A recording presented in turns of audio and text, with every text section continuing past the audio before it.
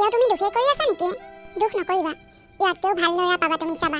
বৌ, তুমি ইয়াৰ পৰা যোৱা। মায়ে মোক তোমাৰ লগত কথা পাতিবলৈ মানা কৰিছে। মানা কৰিছে? মাজনী, মইতো কি কৈছিলো? সেয়া, মায়ে এতিয়া মোকে গালি দিব। তুমি ইয়াৰ পৰা যোৱা। মই কি কৰিলো ভণ্টি? তোমাৰ বিয়াখন ভগাৰ কাৰণে কি মই জগৰীয়া নেকি? মই তেওঁলোকক কৈছিলো নেকি তোমাক বিয়া কৰাব নালাগে বুলি? বোৱাৰী, তুমি তোমাৰ ৰুমৰ ভিতৰত সোমাই থাকিবা। ঘৰত ইটো ৰুমৰ পৰা সিটো ৰুম কৰি নুফুৰিবা। আমি কোনেও তোমাৰ মুখ চাব নিবিচাৰো।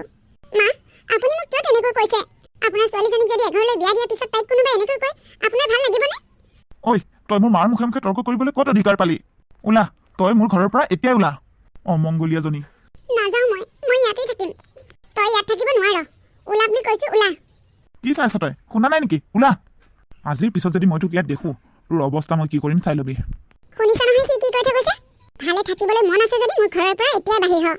হ'ব মা, মই থাকিলে যদি আপোনালোকে ইমান বেয়া পায়, মই নাথাকো ইয়াত।